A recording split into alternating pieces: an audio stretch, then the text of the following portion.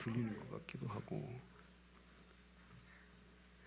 예, 설교 드리기 전에 여러분들이 품에 있다가 저희 교회에 와서 교회를 섬기고 있는 우리 엘카 마리암, 인도에서 온 우리 학생인데 잠깐 좀 일어나 주세요. 예, 엘카 마리암 환영합니다. 원래 우리 이제 박준규 장로님께서 부탁을 받아서 우리 인도에 있는 학생을 기릴 생각을 하셨던 것 같고요. 근데 이제 경제적인 여러 가지 도움이 좀 필요해서 저희에게 부탁을 조금 하시길래 선뜻 대답을 했고요. 그래서 지금은 운양교회에서 아이들과 우리 청년들과 함께 신앙생활을 잘 하고 있고, 생각보다는 한국말을 워낙 빨리 익혀서 지금은 한국말을 해도 다 알아들을 만큼, 그리고 이제는 이제 호서대학에서 박사학위 과정, 그러니까 한국말을 모든 것을 다 코스웍을 패스를 해서 박사학위 과정에 이번 학기부터 등록을 하게 될 겁니다. 박사학위 잘 받아서 인도를 대표한 한국의 선교사가 됐으면 좋겠고, 또 공부를 하고 가서 한국을 대표한 인도의 선교사가 됐으면 좋겠다, 이런 생각을 가집니다. 제가 한 10여 년 전에 인도네시아의 한 여자 학생을 기른 적이 있어요. 2년 동안 장학금을 주고 한국에 데려와서 서울에 있는 한신 캠퍼스에서 2년간 대학원을 마쳤고, 목사 과정을 다 마치고 이제 인도네시아로 다시 돌아갔는데, 작년에 그 여학생이 이제는 성인이 되고 인도네시아의 기독교 지도자가 돼서 한국 NCC의 초청을 받고 인도를 대표한 그런 일꾼으로 목사가 돼서 한국에 왔더라고요. 저희 교회 감사하다고 해서 잠깐 들른 적이 있는데, 10년쯤 지나서 우리 엘카 마리암을 또 이렇게 기르게 돼서 사실은 그때 당시엔 경제적인 부담이 워낙 컸고요. 이번에는 뭐 그렇게 큰 부담을 가지지는 않는데, 이제 시간적으로는 조금 더 길겠죠. 앞으로 우리 인도네시아 또 우리 인도를 대표하는 그런 일꾼들이 됐으면 좋겠다, 그런 생각이 들어갑니다. 감사드립니다. 옆에 사람, 옆에 사람은 제 아내입니다.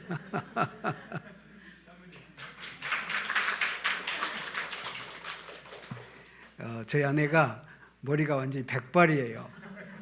근데 그동안에는 이제 염색을 했는데, 염색하는 것이 조금 불편하고 또 건강에도 좋지 않으니까 뭐 커피를 가지고 어떻게 머리를 감더니 지금 저게 염색도 안 하고 그냥 커피 가지고 머리 빠른 모양새입니다. 신개발품이에요. 내가 그래서 특허내라고 그랬습니다. 예, 커피로 머리 감으면 저렇게 생겨요. 머리가 완전히 백발이거든요. 자, 오늘 우리 이재경 목사님께 감사드리고 우리 장로님들을 비롯한 우리 교우들께 감사드립니다. 그런데 오해가 없기를 바랍니다.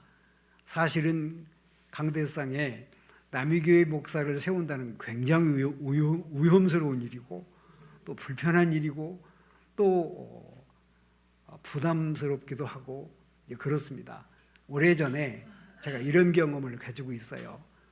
우리 남신도, 어르신 남신도들이 헌신 예배를 드리는데 외국에서 선교 활동을 하셨던 어느 목사님을 초청을 했어요. 물론 한신대를 졸업한 제 후배 목사입니다. 인도에 가서 선교도 했고 필리핀에 가서 선교도 했던 그러한 목사님이신데, 강대상에 세웠는데 오후 찬양 예배죠. 근데 그분이 오셔서 이런저런 이야기를 막 하시다가 캐톨릭은 이단입니다, 그래 버렸네요. 제가 얼마나 공격을 받았는지 몰라요. 그런 목사님을 강대상에 세웠다고. 그만큼 남의 교회 목사 강대상에 세우는 것은 위험한 일이고 부담스러운 일이고, 특별히 또 우리 이재경 목사님은 후배여서 제가 부담 주기는 싫은데 혹 오해가 없기를 바라고요. 오늘 얘기하는 중에 성경은 이랬고 또 저는 그래서 이렇게 목회를 했고 또 우리 교회는 바로 이런 현실에 처해 있다 하는 말씀을 드림으로써 우리 재직뿐만 아니라 우리 성도들이 앞으로 가져야 될 기본적인 신앙적인 자세와 고백, 이것이 이랬으면 좋겠다 하는 그런 생각을 갖고 간결하게 말씀을 드리고 싶습니다. 사실 재직 수련회는 첫 번째 이것, 두 번째 이것 당연한 의무를 막 부과하고 부여하는 것이 일반적인데 저는 그런 부담을 드리고 싶지는 않고요. 또 제가 섬기는 교회도 아닌데 엉뚱한 얘기에다가 또 큰 오해를 받으면 안 되겠기에 그냥 제가 성경을 보는 눈, 또 그리고 그럼으로써 가진 신앙 고백, 그리고 그래서 나는 이렇게 교회를 이끌었다 하는 그런 이야기로 마무리를 하도록 그렇게 하겠습니다. 오늘 설교 제목 다시 한번 여러분들 나는 행복합니다. 제 고백이기도 하지만 예수님의 고백이라고 제가 믿어서 이 제목을 붙였습니다. 우리 사도행전 1장에 보면 예수님이 천국에 올라가시는 장면이 있어요. 자, 그런데 그때 예수님이 천국에 올라가실 때에 예수님의 제자들과 예수님을 추종했던 굉장히 많은 사람들이 그 광경을 지켜봅니다. 상상이 조금 안 가요. 어떻게 사람이 소위 말하면 휴거가 돼서 막 하늘로 올라가는 그 광경이 눈으로 보였을까? 근데 그 광경을 한두 사람이 본 것이 아니고 예수님을 따랐던 그 많은 제자들과 그리고 거기에 모였었던 굉장히 많은 사람들이 함께 목격합니다. 하늘나라로 구름을 타고 올라가세요. 자, 그래서 너무 신기해하니까, 너무 놀라니까 그때 주변에 있었던 천사들이 제자들에게 한 말이 있어요. 왜 하늘을 물끄러미 쳐다보고 있느냐? 하늘로 올리오신 저 예수는 다시 오실 것이다. 이 말씀으로 제자들에게 우유를 베풉니다. 사실은 굉장히 허전했겠죠.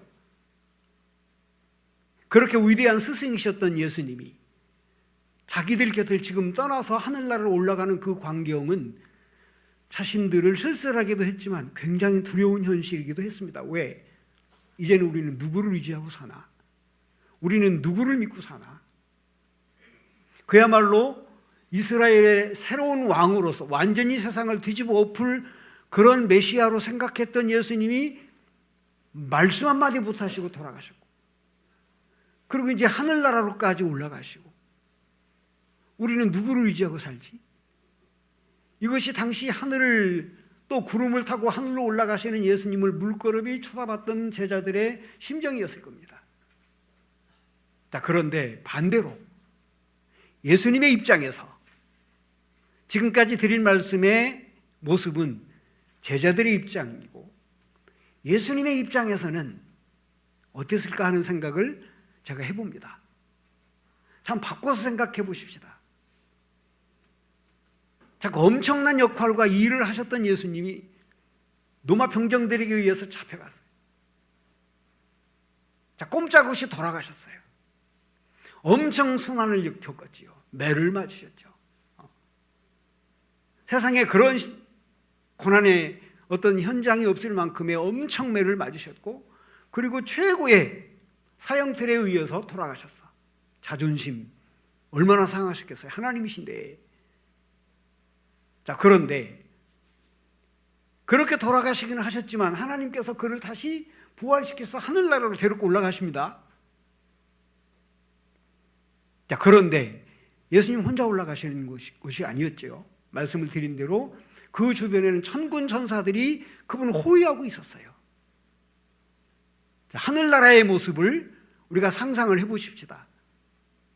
하나님께서 당신의 아들 하늘나라로 입성하는 그 광경을 보시고 과연 뭐라고 하셨을까? 하나님 그러셨을 겁니다. 다 마치고 왔구나. 얼마나 하나님께서 만족하셨을까. 비록 온갖 순환을 겪기는 했지만, 그걸 다 하시고 세상에 보낸 아들이기는 했지만, 그래도 이렇게까지 사람들이 그를 해코지를 했고, 그렇게 순환을, 그리고 그야말로 감당하지 못할 그런 고난과 아픔을 겪게 하고는 결국에는 죽여서, 근데 하나님께서 그를 다시 살리셨고, 천군 천사의 호의를 받게 하셨고, 하늘나라 입성을 하게 하셨고, 요한계시록의 말씀에 보면 하나님 우편에 보좌를 따로 만들어 주셨고, 그래서 바울 사도는 그렇게 고백을 했습니다. 그 예수님을 우리 하나님께서 어떻게 대접을 하셨느냐? 그러므로 하나님이 그의 이름을 지극히 높였다고 했어요. 하늘에 있는 자들과 땅 위에 있는 자들과 땅 아래에 있는 자들로 그의 이름 앞에 무릎을 꿇게 하셨고, 그를 주로 시인하게 하셨다고 했습니다. 바울 사도의 고백이에요. 하늘나라로 올라가신 예수님의 그 모습, 우리 한번 상상을 해보십시다. 천국문을 활짝 열어놓으시고 당신을 맞이하고 있는 그 하나님의 그 품을 생각하면서 우리 하나님, 예수님 어떤 생각을 가지셨을까? 나 참 행복하구나. 결과적으로는 그 주신 소명, 맡겨준 소명을 잘 감당하고 하늘나라로 올라가셨어요. 얼마나 예수님이 행복하셨을까? 다시 당신의 고향으로 돌아가신 거 아닙니까? 금이환양도 그런 금이환양이 없었겠지요. 그 많은 천군 천사들의 호의를 받으시면서 하늘로 올라가셨다는 그 장면은, 저 제목, 나는 참 행복하다. 그래서 제가 한번 붙여본 제목입니다. 우리 성경에는 굉장히 중요한 족보가 3군데 나옵니다. 창세기에 2군데 있고요, 또 오늘 복음서에 1군데입니다. 자, 창세기의 족보는 우리 창세기 5장에 보면 아담의 족보와 관련된 이야기가 있어요. 나중에 집에 가서 찾아보시기 바랍니다. 자, 또 창세기 5장에 있는 아담의 족보와 4장쯤 지나서 창세기 9장에는 또 다른 족보가 있는데 노아의 족보예요. 자, 2가지 족보는 우리 성경에 굉장히 중요한 족보예요. 읽다가 보면 아이고, 이런 족보를 우리는 알지도 못하는 이름들을 쫙 나열을 해놨네. 읽다가 보면 단어도 헷갈리고, 그런 얘기가 우리 창세기에 기록되어 있어요. 그렇게 중요한 책인 창세기의 5장에 또 9장에 2 종류의 족보가 있어요. 자, 그런데 이 족보의 의미는 여러 가지 의미로 해석할 수 있는데, 많은 학자들이 왜 유대 백성들이 족보를 거기다가 써놨지?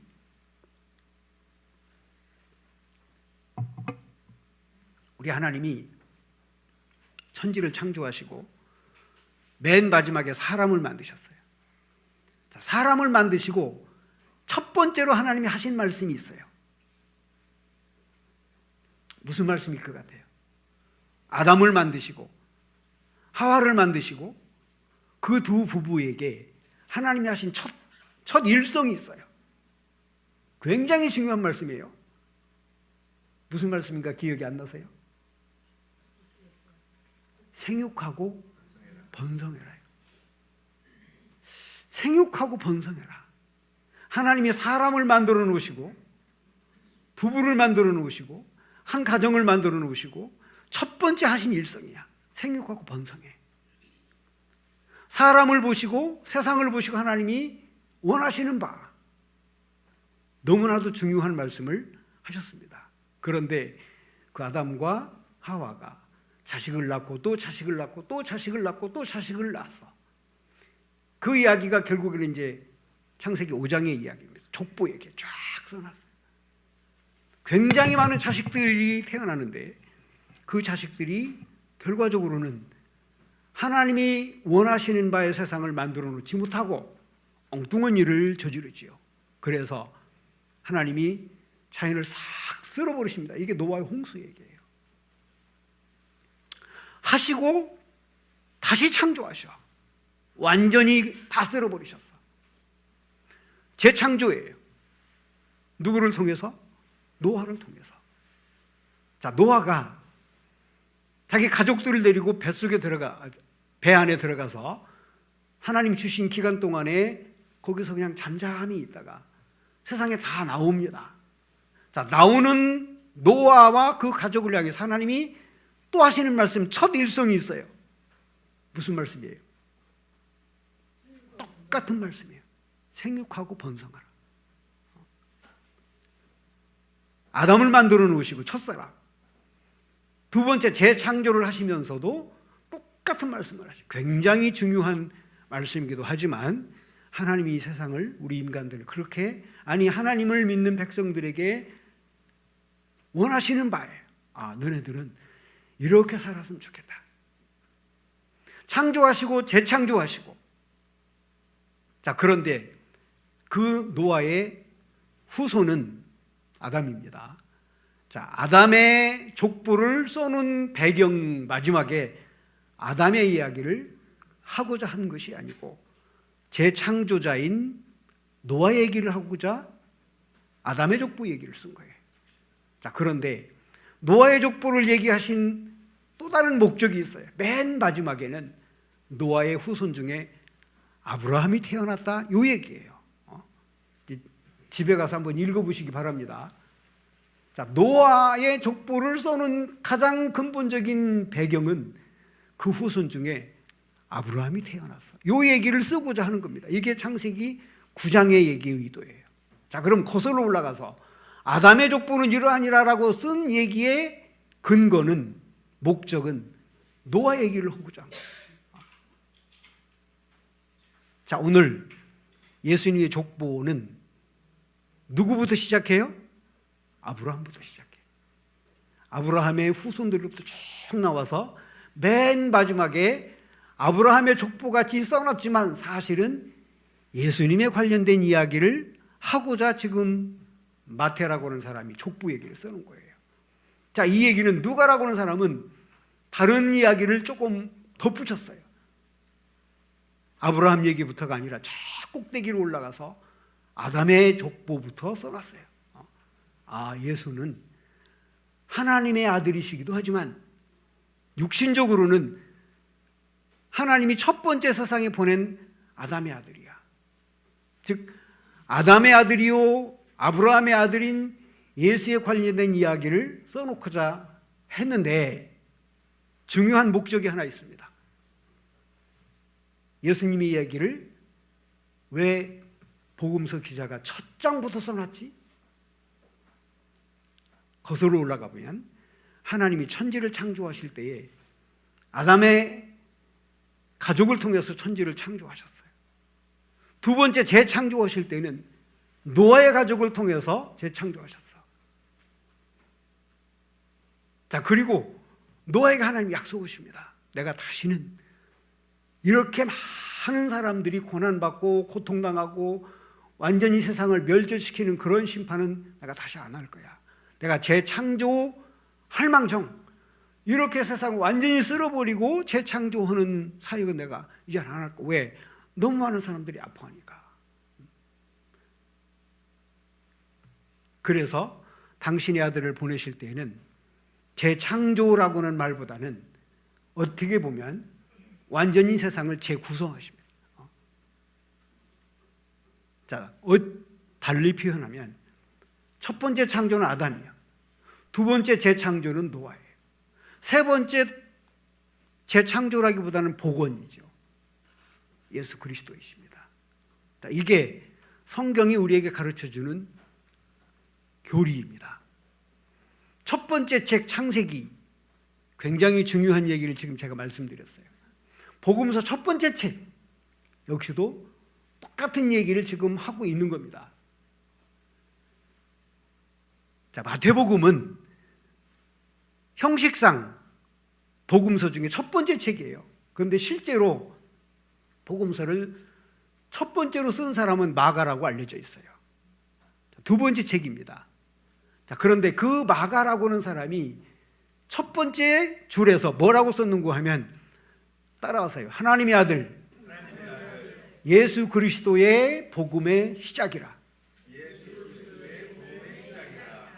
마태라고 하는 사람이 쓴 말과 마가라고 하는 사람이 쓴 말은 다르지만 실제로 누구 얘기를 하고자 했어요? 예수님 얘기자. 예수님 얘기입니다. 실제로 마태도 마가도 예수님 얘기를 쓰고자 첫 줄에 그냥 쓴 겁니다. 자, 복음서는 여러 장으로 구성되어 있는데 그 첫 줄이 굉장히 중요한 의도를 가지고 있어요. 이 책은 예수님에 관련된 이야기야 라고 썼어요. 자, 건너뛰어서 누가라고 하는 사람은 이런 얘기 씁니다. 누가라고 하는 사람은 1장에서 나도 이런 표현을 써요.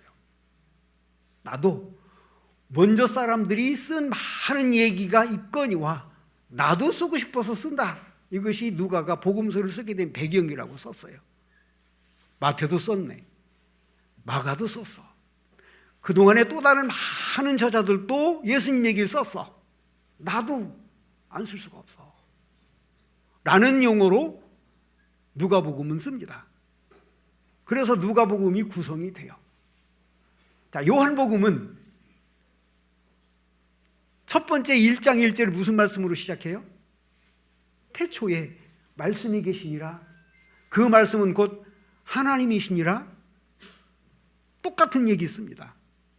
예수 그리스도 관련 얘기 내가 지금 하고자 하는 거야. 하는 얘기를 마태복음도 마가복음도 누가복음도 요한복음도 똑같이 썼어요. 자, 여기서 우리가 한번 생각해 보십시다.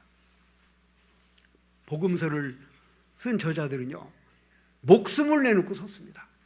지금이야 뭐 글 쓰는 것 자기 돈 벌려고 글 쓰는 것이고, 유튜버들도 자기 돈 벌려고 정신없이 지금 휴대폰 들고 이렇게 다니고 있지만, 당신은 글 쓰는 일이 그렇게 쉬운 일이 아니에요. 특별히 예수에 관련된 이야기를 쓰는 것은요, 목숨을 담보받는 일입니다. 학자들은 그럽니다. 마태복음은 마태가 썼을까? 누가복음은 누가가 썼을까? 마가복음은 마가가 썼을까? 왜 그런 의심을 하는고 하면, 내가 이 글을 썼어. 자신 있게 얘기한 사람 없어요. 여러분, 마태라고 하는 사람이 책을 써놓고 마태가 썼어 이렇게 표현하는 군대는 한 군데도 없어요. 마가라고 하는 사람도 복음서를 써놓고 내가 썼어 마가 그렇게 표현한 적이 없어요. 누가도 역시 마찬가지입니다. 나도 확인을 했지만 내가 누가야 이런 얘기를 한 적이 없어요. 왜? 발견되는 즉시 자기는 끌려가는 거야. 감옥에 가는 거예요. 죽는 날입니다. 훗날 이것은 마태라고 하는 분이 썼을 거야. 마가라고 하는 분이 썼을 거야. 누가라고 하는 분이 썼을 거야. 요한이라고 하는 분이 썼을 거야. 이렇게 추정을 해서 붙여놓은 것 뿐이지, 실제로 자기 이름을 내놓고 드러내놓고 복음서를 쓴 사람은 한 사람도 없습니다. 근데 무슨 정신을 가지고 왜 복음서를 썼지? 아울러서 그렇게 살보는 판에 왜 복음서를 썼지? 잘못하면 죽어나가는데요. 우리 역사에 보면, 로마 역사에 보면 네로라고 하는 사람이 황제였었다고 돼 있어요. 근데 그 네로가 유명해진 배경이 있어요. 로마 황제가 굉장히 다 유명한데 네로는 특별히 유명해요. 우리 기독교인들에게. 왜 유명해졌는가 하면, 이 사람은 노마시, 그 거대한 제국의 수도 노마시에 불을 확 저질러 버렸어요. 확 저질러 놓고 노마시에 거의 전부가 다 탔어요.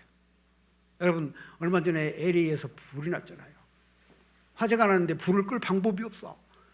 엄청 많은 지역이 탔다고 돼 있어요. 불을 끌 방법이 없으니까. 지금도 그런데 그때 당시에는 뭐 더더군다나 그랬겠죠. 헬기가 있습니까? 소방차가 있습니까? 한번 불을 저질러서 날이 건조하면 훨씬 더 그랬겠죠. 그래서 노마 시내가 굉장히 큰 어려움을 겪습니다. 제국의 수도가 완전히 불에 타 없어질 정도였어요. 네로가 겁이 확 났어요.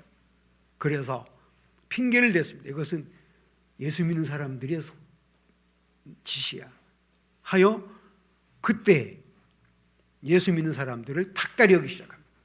그동안에도 그랬는데 그런 상황에서 마가라고 하는 사람이, 마태라고 하는 사람이 예수에 관련된 글을 써요. 이건 뭐 그냥 삼족멸하는 것이 아니라 구족멸하고 십족을 멸망당할 수 있는 그런 현실입니다. 그래도 글을 써. 그래도 많은 저자들이 예수님과 관련된 글을 썼어. 왜 썼느냐? 그만한 이유가 있습니다. 세상이 끝날 것 같은 거야.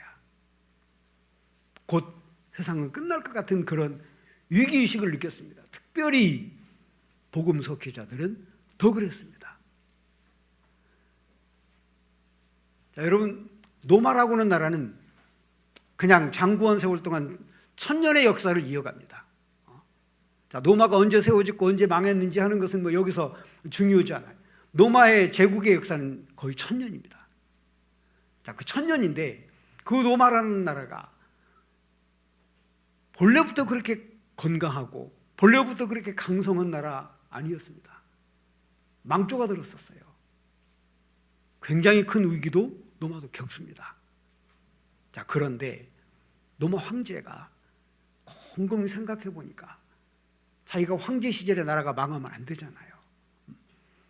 아들에게 물려주는데 그 아들이 나라를 망하게 하면 또 안 되잖아요. 자, 그렇게 노마라고는 제국을 만들기는 했는데 이거 어떡하지? 큰 위기의식을 느끼던 때가 있었습니다. 아무리 군대를 동원하고 아무리 강압을 해도 사람들의 삶을 다 강압할 수는 없습니다. 자, 그런 와중에 내세운 것이 황제숭배예요. 한 사람을 통해서 세상을 완전히 사로잡으면 되겠구나. 이게 이제 황제숭배 사상이 일반화되던 그런 시기였습니다. 자, 그런데 여러분, 황제나 나나 황제나 거지나 다 똑같은 사람이에요. 그 사람이 무슨 대수입니까? 자, 그런데 역사가들의 발견 보면 이런 게 있어요. 하나님의 아들 예수 그리스도의 복음의 시작이다, 이 말이 나오게 된 동기가 있어요. 마가복음서가 첫 장 첫 줄에 쓴 하나님의 아들 예수 그리스도의 복음의 시작이다, 이게 썼어요. 복음, 헬라 말로는 유앙겔리온이라고 해요. 뭐 여러분들이 자주 들어서 다 아시죠. 기쁜 소식입니다. 굉장히 기쁜 소식이야. 그런데 당시 그 말은 본래 하나님의 아들 예수 그리스도의 기쁜 소식의 시작이다, 이 말을 쓴 마가는 비석에 있는 이야기를 살짝 돌린 겁니다. 황제는 유앙겔리온의 시작이야. 이게 당시 로마 사회에 황제 숭배 사상에 접어들었을 때의 로마 사회의 일반적인 용어였습니다. 황제가 우리를 먹여 살려, 김일성이 우리를 먹여 살려, 이런 사고를 가지고 있었던 때입니다. 자, 그런데 그 말을 살짝 마가가 바꿔서 돌려서 그랬어요. 네가, 황제가, 사람이 세상의 주권자가 될 수가 없어. 세상의 주권자는 오직 예수님뿐이야. 이 말을 황제 숭배 사상으로 점철져 있었던 로마 사회를 완전히 바꿔놓은 용어가 바로 이 말입니다. 아니야, 예수님이야. 왜 예수님? 황제들은 할 수 있는 게 없어. 그러나 자기가 보건대 예수님은 할 수 있는 일이 너무 많아. 아니, 하신 일이 너무 많아요. 세상을 뒤엎고도 또 뒤엎고도 또 뒤엎을 만한 큰 능력의 소유자이면서도 결과적으로는 죽임을 당한 예수님이시지만, 그러나 그분의 삶은 세상을 뒤엎고도 남을 만큼이야. 실제로 우리 역사를 보면요, 지금 러시아라고 하는 나라가 우크라이나를 침략을 해서 공격을 받고 있는 나라이긴 하지만 러시아라고 하는 나라는 지금부터 한 1000년 전쯤에 거슬러 올라가 보면 키예프 공화국이라고 하는 나라로부터 시작했어요. 자, 기원 후 1000년에 키예프 공화국이 만들어져요. 그 시베리아 넓은 포편을 딱 한 사람이 통일을 했습니다. 이쪽 극동에서부터 거의 서유럽의 근동까지 그 넓은 땅을 무력으로 통일을 했는데 문제가 생겼어요. 무력으로 통일은 했지만 이렇게 허벌판의 넓은 땅에 그 많은 백성들을 어떻게 내가 통치하지? 극동으로부터 시작해서 서유럽의 가까운 근동까지 어떻게 내가 통치하지? 하여 당시 키예프 공화국을 만들었던 한 사람이 제안을 합니다. 우리 예수 믿자.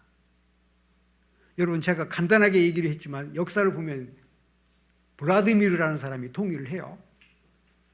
자, 그래서 러시아 사람들에게 블라디미르라는 이름은 굉장히 유명한 이름이에요. 푸틴의 이름이 뭔지 아세요? 블라디미르입니다. 자, 푸틴과 지금 전쟁을 하고 있는 젤렌스키 우크라이나 대통령의 이름이 뭔지 아세요? 블라디미르예요.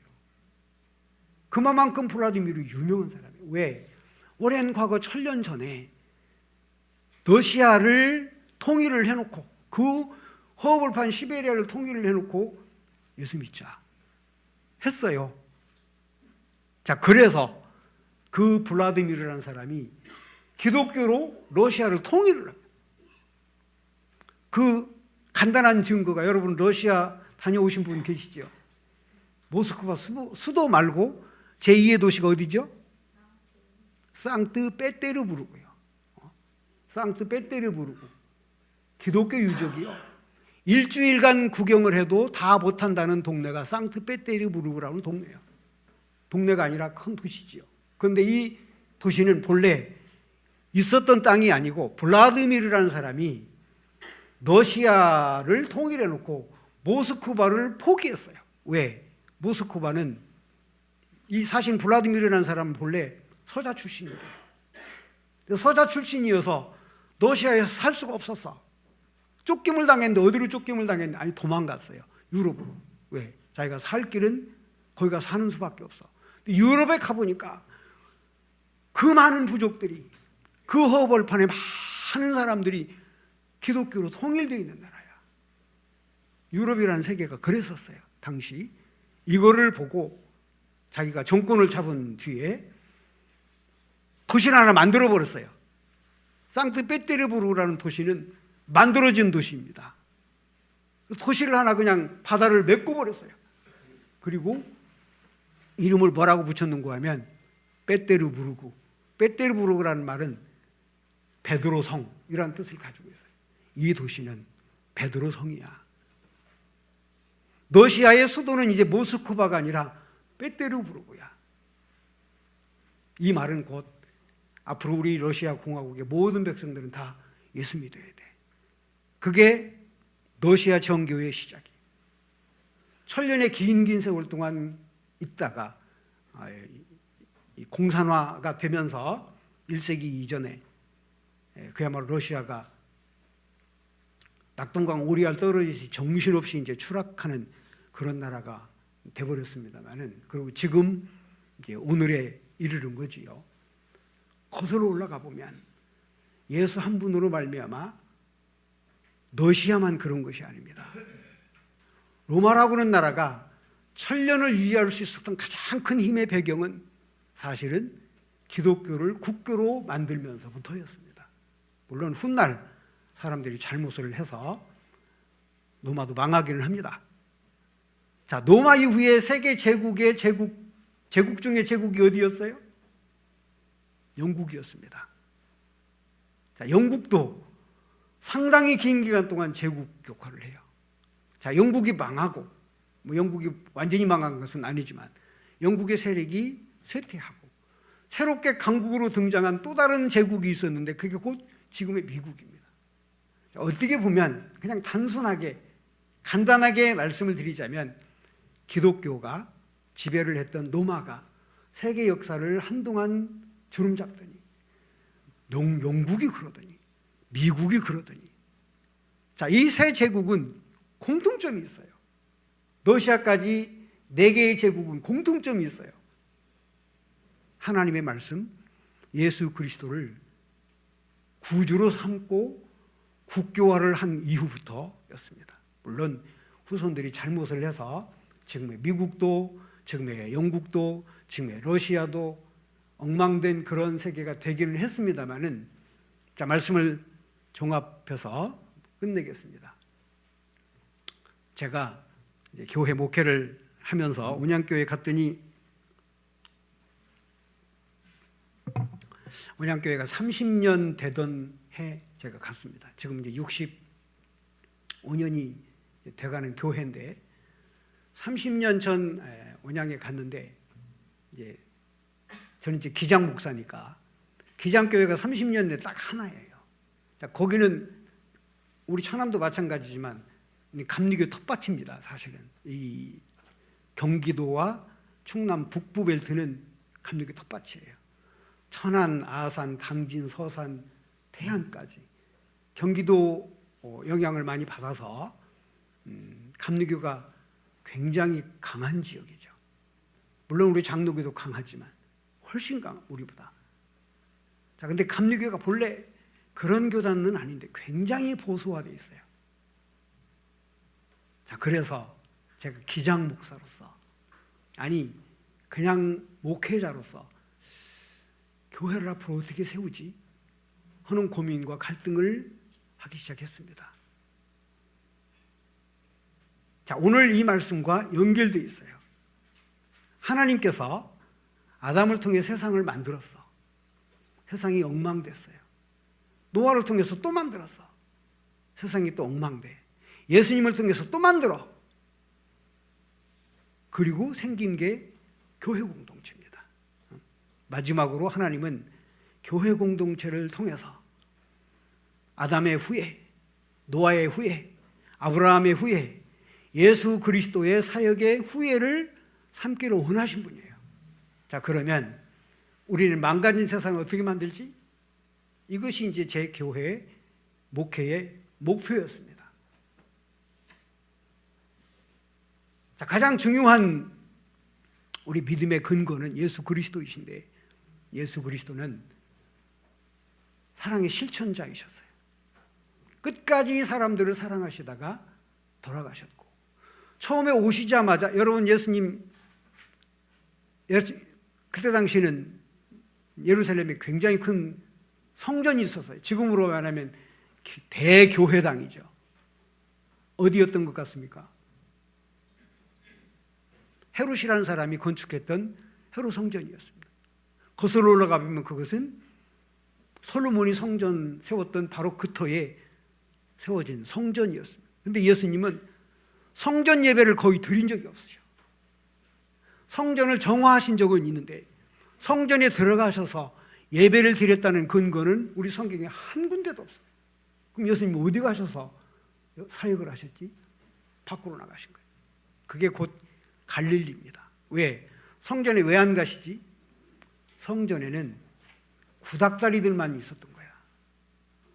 열심히 성경 공부는 하는데, 열심히 찬양은 하는 것 같은데 왠지 세상 사람들로 다 버림받아요. 세상 사람들이 가려고 그러지 않아. 하여 예수님은 세상 사람들이 있는 곳에 찾아가셨어요. 이게 예수님의 사역입니다. 이게 갈릴리 사역의 예수님의 삶의 모습이십니다. 저 역시도 똑같았어요. 교회당 말고, 찾아오는 사람들 말고 찾아가는 목회를 조금 해보면 안 될까 하여 시작한 것이 이제 오늘날의 이제 온양교회의 흔적들입니다. 대표적으로 이런 것들이 있어요. 제가 이제 은퇴를 지금 했는데 요즘 뭐 하고 사십니까? 저보고 사람들이 많이 물어요. 저 뭐 하고 살 것 같아요? 제가 밖에서 한 일이 한두 가지가 아니에요. 한두 가지가 아니야. 그동안에는 교회에도 물론 교회도 있었지만 밖에서 사역한 일이 한두 가지가 아니야. 뭐 환경운동은 기본이었고요. 외국인 노동자를 위한 또 소녀상을 세우는, 또 북한 주민들을 위한, 또 역전에 정말로 오갈 데 없으신 그런 분들을 위한 이런 사역을 끊임없이 해왔어요. 30년 동안. 여러분, 온양교회는 하나 이런 부설기관을 가지고 있어요.